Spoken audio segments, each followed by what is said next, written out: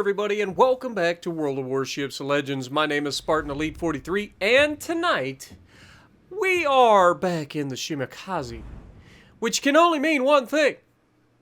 We are bringing the demon fish to the market, and we're going to do it in, well, pretty easy fashion. I'm not going to lie.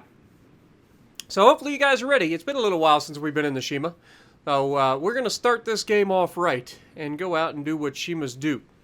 Now you guys know I like to win my side. I also like to seal the edge on this map. And honestly, I can't remember if I go outside or inside here, but we're about to find out. And it looks like I am going inside, which is usually the right choice for a destroyer as long as you're careful and you don't just throw your ship away like a lot of people tend to do at the beginning of this match. Now, obviously, if you spawn on the outside edge in the destroyer over by Charlie, staying over there and spotting for the team is a huge advantage for your team. Because they have the island cover, so they can use that island, and you keep everything spotted. Everybody just has a good old time. Meanwhile, the guy that spawns in the middle of the map in the destroyer gets to try to capture Bravo. Now, again, you have to be cognizant of the fact that you're not the only destroyer on the map.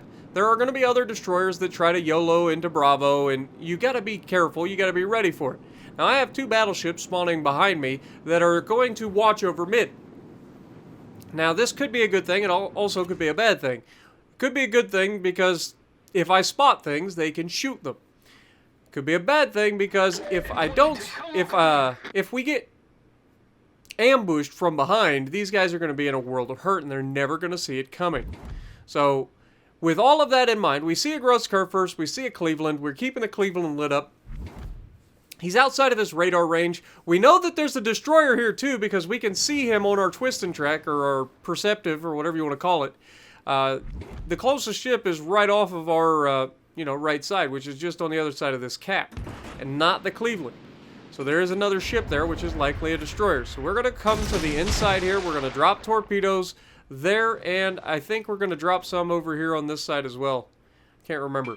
But we know that this destroyer's here, and sure enough, we're about to actually get this thing spotted trying to get into Alpha. I start to reverse, and he's going to light up like a Christmas tree, if I remember correctly. Wait for it.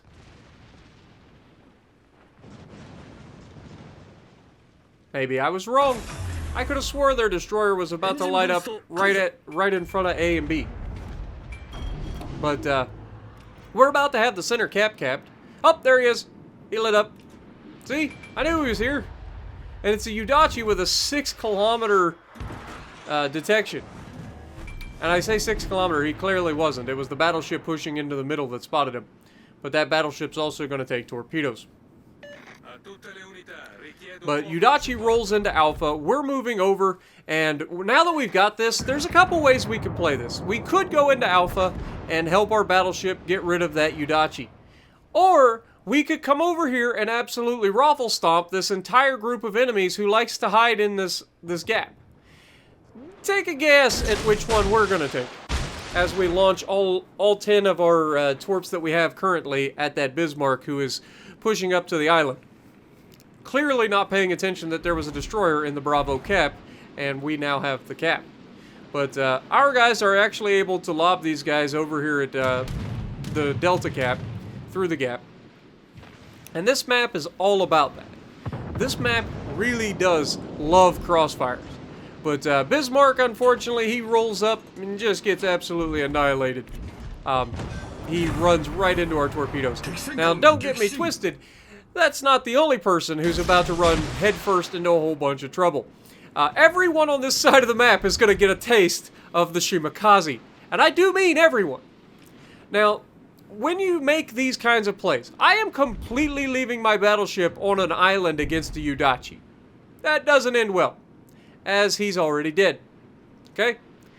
Now, the Udachi and the Cleveland and the Gross Curve first are pushing around behind our remaining battleship. I am making a gamble. What is my gamble? The guys that are back there that were at Alpha are dead to me. I have to try to free up my team and win this side of the match and then overload everybody that's left. And That's exactly what I'm going to do.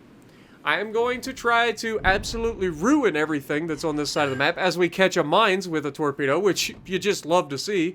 That man somehow manages to waddle away from that. But we have a Vladdy here, we have the freaking Jean Bart, and I am salivating. I haven't been this happy with a Shima since I wandered into two brothers with 3 Yamis in a division just sitting next to one another. It's like, can you make it a little easier for me, people? Can you? I don't think you could. So we drop 1 set of torps on the Vladdy, and I'm so like guaranteed that, or I'm so sure that these torpedoes are going to kill that Vladdy because he's completely like he has no idea I exist. That I go ahead and drop the 2nd set on the Jean Bart and go for the double strike, because if one battleship can go like sail in reverse in a straight line, surely 2 of them can, right? And if I can catch both of these guys, it's going to be juicy. Wait for it, and pop goes the weasel. Down goes 1, and wait for it. Yeah, that looks like it's going to be a 2nd one.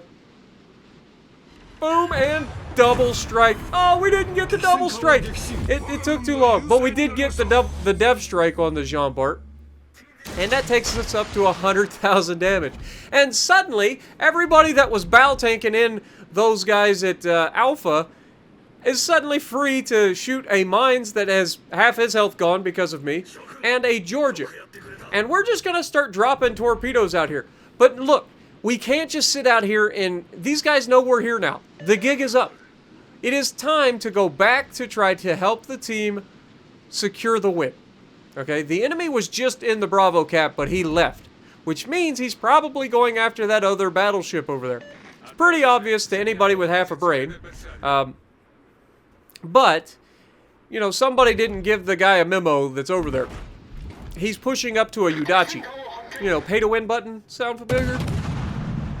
But there is a gross occur first there as well who comes out. We're actually so confident in our ability to dodge these guys at this range that I start opening fire on this Georgia, trying to get a fire on him. We get these guys to shoot at us. Again, not difficult to dodge these guys at this range. Even the mines can't really hit us at this range. It's pretty easy to dodge. But we get these guys' attention, they fire at us, and that leaves our teammates alone for a minute. They're able to get the base cap now. Or at least that's the hope. And I do something I almost never do, which is widespread torpedoes. I just don't do this. The reason being is widespread torpedoes almost never hit anything. They leave gaps for everybody to get through. But our team manages to get that extra cap due to the fact that I took some shots for, or took some attention away from them. Our battleship is still alive at this point, which is impressive over there at Bravo. The fact that he survived this long versus a Udachi, a gross occur first, and a Cleveland is actually pretty impressive. Or it just speaks to the, you know, guys that are over there not being very smart. Not focusing the right targets. But we throw those torpedoes out there, and it looks like we're not going to hit anything. Mines has lost all of his hit points, and he's about to run into the edge of the map. Our one outlier torpedo seems destined to find something, but nope, he gets away with it, and that is unfortunate. But good news is, Mines is still just sitting there on the edge of the map. He's easy to hit. Somebody should be able to finish him, and down he goes. And that just leaves the Georgia out there. Meanwhile, I'm charging back in, and I see the Cleveland. Cleveland is now 7 kilometers away from me. What's guaranteed to come at this point? It is a radar. Every single time that I get within radar range of somebody, it's like they know. And they suddenly start radaring me. We get a little bit of a reprieve here. We get a chance to actually turn away before he gets to use his radar. But he does pop his radar. We've got torpedoes in the water on him, hoping to catch him off guard. We turn away, and we're going to start trying to dodge this man. And this is where I always say, do not panic. You don't need to panic. You really don't. He's going to turn away. He's going to get in between those 2 torpedoes, and even if he hits us a few times, he's not going to be able to spot us forever, and now I am a complete and utter ghost. There's nothing this man can do. He's already wasted his radar. He's done very minimal damage to me, and now I'm just going to drop some more torpedoes into that area, and I'm going to swing back around and start to try to get close because we know that they still have a destroyer, and just for the lulls of it, I start firing my guns back at the Cleveland. And that kind of tells me where the guy is, because guess what? He's the closest person to me, and he still has me spotted even though I'm behind an island for the Cleveland. So it's the destroyer that's spotting me. So now I have a really good idea of where this guy is actually located.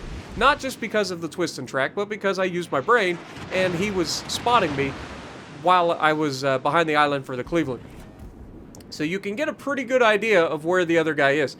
And we are just going to swing back in here and see if we can't light this man up. Now, we get 13,000 hit points. The Udachi only gets like 11,000 max. And he's taking a hit from something. So we're going to go ahead and start firing our guns at him. We only get 1,100 on that first shot. Not preferable. Coming up short. He's going to fire his guns back at us. No problem. I'm actually going to run into the island here. But it doesn't really matter to me because I'm fairly confident I can kill this man before any torpedoes from him get here. He's the last guy that's alive. We've done everything that we can do on this.